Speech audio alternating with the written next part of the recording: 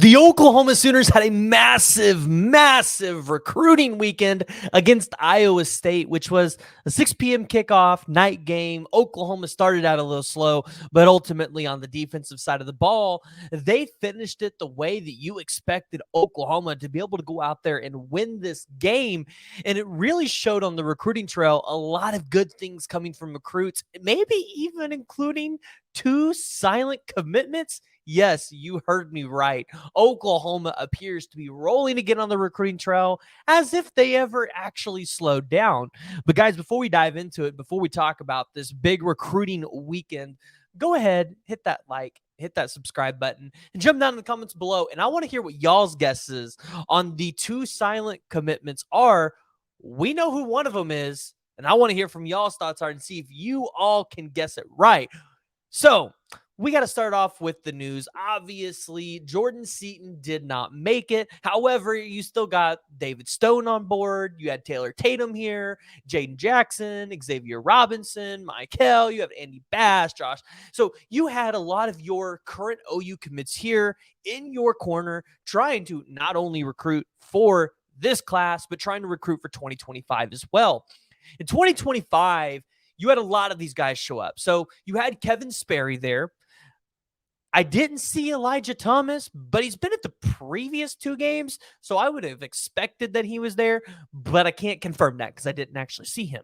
But you had 4-star defensive lineman Landon Rink, and this is kind of where I want to start off because, as many of you know, we've had Landon Rink on the podcast, and Landon Rink is a guy who is out of Cypress, Texas. I think a lot of the crystal balls and predictions right now you've seen in favor of the Longhorns, but Oklahoma is trying to make a push after this kid. The 4-star defensive lineman at 6'1.5", 260 pounds has got to spend time with Bates and Chavis and the staff, and we got to talk with Rink after the game and kind of follow up with him here. And he said, again, the visit was great. He got to spend some good time with Bates and Coach V, and he absolutely loved the atmosphere. Now, he said the defense looked very fast, which Coach Bates told him they would have to do that to be able to win the game. And he goes, they did exactly that.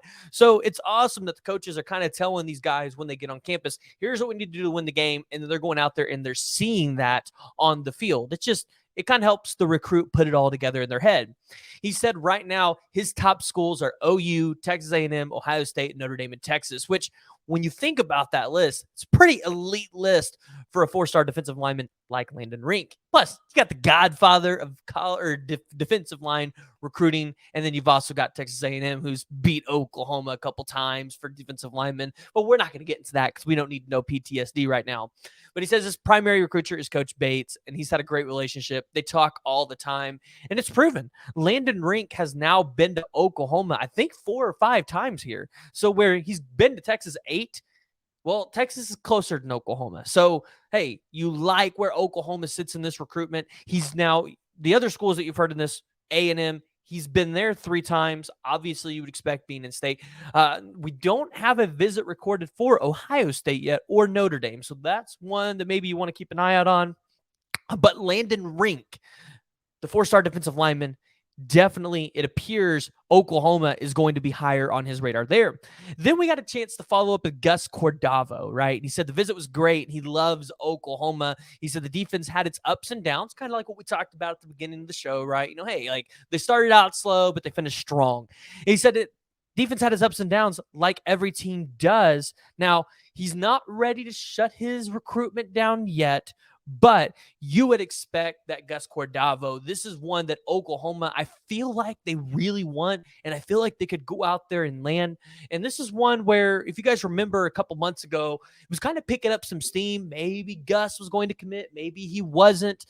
Now it's kind of dragging out a little bit. It's one, if you're an Oklahoma fan, I'd keep your eyes on. Maybe here by spring or so, maybe you see him shut it down, and maybe he's even a part of the Oklahoma class at that point. But looking at some of the other 2025 visitors, obviously you had your 3-star defensive lineman, Kamori Moore, on campus, who's already committed here. Teammates, not only with Isaiah Mosey, but Williams Nwaneri, 2 targets that Oklahoma is targeting out of Lee Summit North. We have yet to spot Williams Nwaneri on campus. Now, Will I tell you guys if he's actually on campus right away? I have no idea. Probably not, because if he's on campus and he's not putting it out there, we probably don't want to stir up too much there. He's probably wanting to try to keep it a little bit quiet, but you guys will want to stay tuned in because we might try to drop a nugget here and there. You also had two running backs on campus, Torrey Baylock, and you also had Tiger Ryden. Now, how many running backs is Oklahoma going to take in 2025? I think that's the question. I definitely don't think they take more than two, but I think if they get a really good, solidified running back, I think they potentially could just take one if they get one really good, strong dude back there. Now, of course, I only have one other guy from Carl Albert, but we know there's a whole slew of them out there that potentially could join this team. But Marcus James, the 3-star athlete, dude's an absolute freak. If you guys have watched any Carl Albert games, you guys need to watch Marcus James. Dude is out there, 6'3", 210 pounds, just wreaking havoc on defense. I believe he has like 6 or 7 offers. He's got offers from TCU, where he's previously been, A&M, Utah, Oklahoma State. So he's starting to pick up a little steam on the recruiting trail. I think there maybe is a service out there that has him listed at number as a 3-star, but I haven't really done too much digging there. But Marcus James is a guy that I believe this staff really wants. And you can definitely know that Kevin Sperry not only recruiting some of those other guys from Carl Albert, but definitely going to be recruiting Marcus James as well. This is a guy that was on campus. We're still waiting on him to get back with us, but Marcus James is one that you guys might want to pay attention to and watch for. Like I said, he's been taking his visits around the country. He's been to TCU. He's been to Oklahoma State. Maybe you see this one wrap up here soon, maybe by the end of the year, maybe a little bit after. Something you guys want to keep your eyes on. Marcus James, the athlete out of Carl Albert. Kevin Sperry is going to continue recruiting those guys, but continue to go down the list. You have defensive lineman Grayson Groover. You had Royal Capel, the wide receiver, Kel Hornbeck, and Jordan Brewster, 2 offensive linemen in 2025. You had 2026 QB Cruz Campbell, 2026 Jalen Pyle, 2026 quarterback Evanson Molluska. I think I got that right. Regardless how you look at it, Oklahoma had a slew of visitors on campus, and I'm pretty sure there were more than that.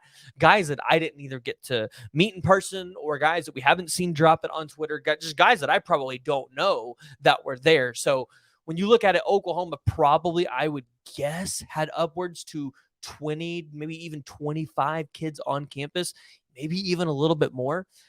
At a 6 o'clock kickoff and a night game, you would expect that Oklahoma is going to have a lot of visitors there. It's just easier to get out for those games, and the recruits can really get on campus and see what it's all about in terms of a game day environment.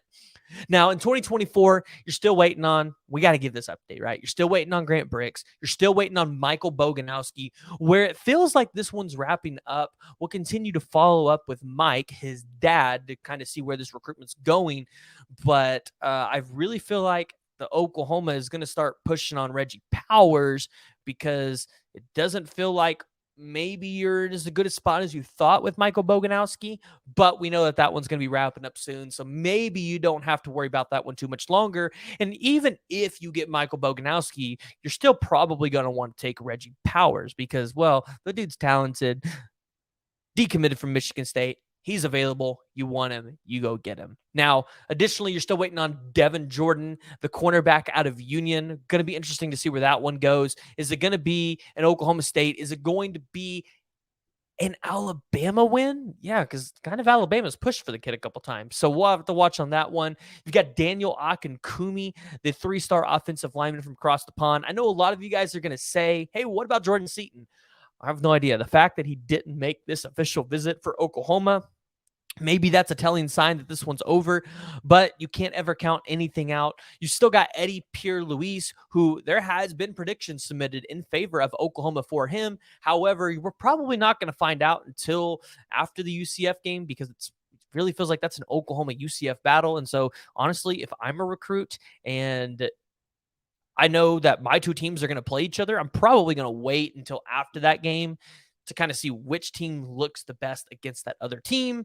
Just so, hey, you know what? I'm pretty solidified in my decision. But Oklahoma, they're not done in 24. 2025 is definitely heating up. They got 2 silent commitments, not one, but 2 silent commitments this past weekend. And we're still kind of digging around, trying to find a little bit more. And we'll bring you guys a little bit more information when we find out there.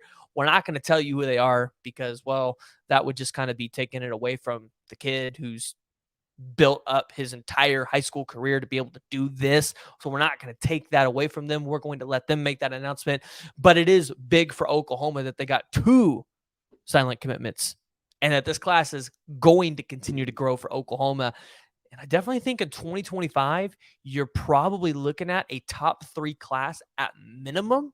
Not saying you're going to get number 1 and beat Georgia or Alabama, but Oklahoma is definitely going to contend for it. So, guys, I want to hear from you, and I want to hear what y'all's thoughts are. Make sure you jump down in the comments below, hit that like, and hit that subscribe button. And we're going to be doing a lot of content this week with OU Texas, the OU Texas Weekend Red River Showdown. We're going to have Dimitri Flowers on the show to break down what Oklahoma needs to do to win this game. We're going to have Nino's Corner, who is a Texas content creator, a really good Texas content creator, here to break down the keys for Texas and what it's going to take for them. Not to mention, we'll probably have Jay or Cooper from Unfair Sports on, and we'll be over on at Around the Table Sports as well. So there's going to be a lot of content coming your way this week, and we'll love to have you guys tune in. Again, this is also a big recruiting weekend for Oklahoma. You go out there, you beat the number 3 team in the country, you move to 6-0. This is going to make waves on the recruiting trail. Maybe, just maybe, you could try to convince a guy like Jordan Johnson Rubel, who's currently committed to Texas, to come and give Oklahoma a look because he's got 2 teammates on the defensive side of the ball currently committed here. And Oklahoma really wasn't in contention there because of how they played defense in the past. But we all know this defense for Oklahoma is just playing a little different this year than what we've seen before. So, guys, again, I want to hear from you. Who are your guesses on the silent commitments? If you guys want to see the full list of the visitors, jump down in the description. It will be there. But until next time, Boomer.